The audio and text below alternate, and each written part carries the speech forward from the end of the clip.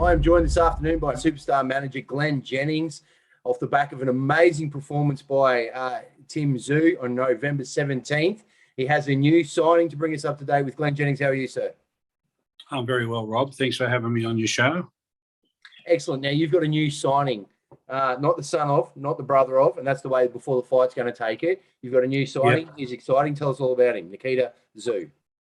Well, it is exciting, and young Nikita, who's 23 now, has had this burning desire to turn pro. He had an outstanding amateur career where he basically won everything placed in front of him, and his reputation went well before him as amateurs. He was well known for his ability and his skills and his toughness in the ring. So Nikita chose an educational path that took a big chunk of 5 years out of his life, and that being all done, signed a contract with me to look after his career, and that debut will happen in February of next year. What's it mean to you to have Nikita Tszyu sign with you? I'm privileged to have this opportunity. I was there when these boys were born. Their father is still to this day one of my dearest friends that I talk with regularly. So I know Kostya trusts me implicitly. I know Tim does, and now Nikita has followed suit. And you know, that's an endorsement in life, mate, not necessarily in boxing, that those boys would entrust me to have their best interests at heart, and that's what I intend to do. Tim's going to move on to the international stage. We probably won't see as many Australian fights for Tim, but all going well, and considering it won't be a race, Nikita will come along beautifully and hopefully can fill that void. Very, very, very exciting times. Anyone you speak to that's in the know, they rate him very, very highly. How would you describe his boxing style? Explosive and dynamic. Nikita's a southpaw. He fights in the same weight class as Timmy, which is interesting and brings a few comparisons to the table as well. But Nikita is very different to Tim. He's very much like his father. He's gifted with awesome power. He's super fast. He's very, very aggressive. He takes no prisoners. It'll be Nikita's version of boxing is go out there and win that fight as quickly as you possibly can with all means possible. Whereas Timmy is the calculated, cold, the brain IQ, and loves to work it out. And he's shown us his array of skills over time. And Tim will wear you down to the point where there's nothing left, where Nikita won't give you a chance to get to nothing left. That's going to be exciting. He's going to explode on the scenes by the sounds of it. I guess my job in all of this, Rob, is to be protective of Nikita, and I'll minimise media in the early days based on the fact that it's all about proving yourself in the ring. It really doesn't matter what you have to say outside the ring, and I'd much rather Nikita focus on the boxing. Coming into a very, very strong team with Igor as the trainer, Boris as the grandfather, yourself as the manager. And like you said, he's his own fighter, dynamic, explosive. My advice is don't blink when Nikita's in the ring. Anything's possible with this young fella. He's chomping at the bit. Igor has instructed me that he'll have him ready for February. Nikita would fight tomorrow if Igor would let him, but that won't happen. It's going to be a treat for the Australian public to see Nikita come through. We'll be looking at getting him matched up in February and keeping him very, very busy, as I did with Tim. Tim averaged 5 to 6 fights a year, all going well, no injuries. I think we'll look at 5 fights a year for Nikita, and he's going to love every minute of it. And you'll see that out of Nikita. You'll see the enjoyment he gets out of this. So hop on board and come along, and it's another great opportunity for the Australian fans to get behind somebody that they can follow a career on. How would you describe his personality traits as a human? Not as a fighter, as a human, as you see around the gym, how you see him interact with other people? Well, they're poles apart in terms of personality. Timmy's much more reserved and quiet and measured. Nikita's the fun guy that loves to have fun, but also keeps to himself as well. So I guess for him, one of the things he said to me the other day was that after 5 years of university, he got sick to death of sitting behind a computer, and he said, I've got so much energy, I've got to burn it off. And he said, the only way I can do that is what I love, and that's boxing. So poor Eagle. I feel for poor Eagle. He's going to get his, just bashed his hands. Him and Tim preparing, day in, day out. It was hard enough with Tim. Now Nikita's going to start wailing away on poor old Igor. So I might have to get a sponsorship for Igor from Nurofen or one of those guys. You never know, do you?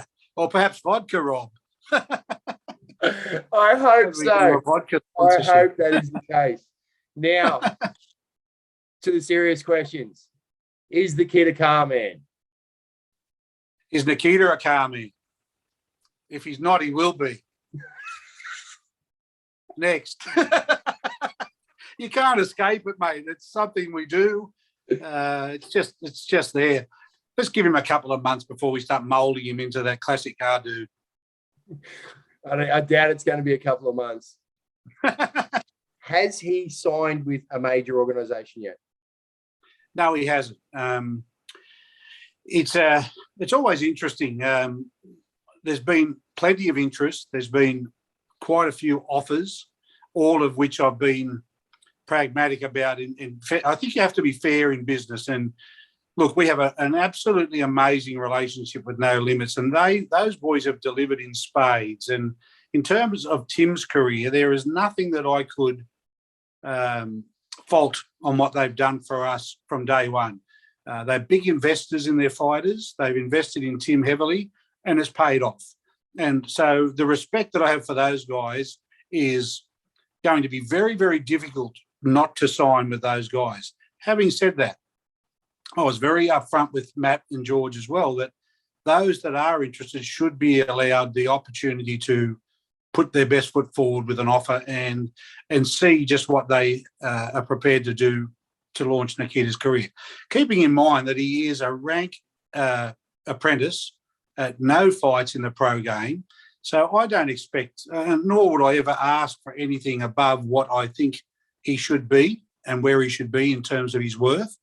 And that is guided by a whole range of things. But the reality is that Nikita will be going into the pros next year, and he has a long apprenticeship in front of him. I've made it a point of saying that just for me, I think 15 fights is sort of the end of your rookie run. If you're managed well, you should be at fight number 16, starting to be well ranked. So that's 3 years. So I don't expect that, and nor should anyone expect there's going to be huge offers on the cards for Nikita. There'll be offers that are relevant to where he is and relevant to where I think he will go. And so, look, those that are interested, they're Australian. There's one international agent that's made an approach. So everyone knows about this, and it'll be interesting to see how it plays out. But again, I'm very fair, and I'd like them to feel as though they get a fair shake and put their best foot forward, and we'll make our decision based on what's on offer. So there's a rumour getting around. You and I just spoke about it, that his first opponent's going to be Jack Brubaker. You want to answer that rumour straight away? Yeah, look, I expect there'll be multitudes of rumours come out about who Nikita will fight on his debut. I can tell you that isn't even a discussion. We've done our announcement with Nikita. Nikita's priority is to buckle down with Igor and get himself ready. The fight business will come along at a rate. It may be that that'll be a discussion that I'll have with whoever we sign with in the near future. But for now, Jack Brubaker is not Nikita's opponent. Not saying that he won't be, but there are a lot of boys out there who will fall into that category in that weight group. So let's wait and see. There's no real need to be looking at the fight business for Nikita yet. You don't imagine it'd be too hard to match him? You think they'll be coming after him as much as you'll be looking for opponents?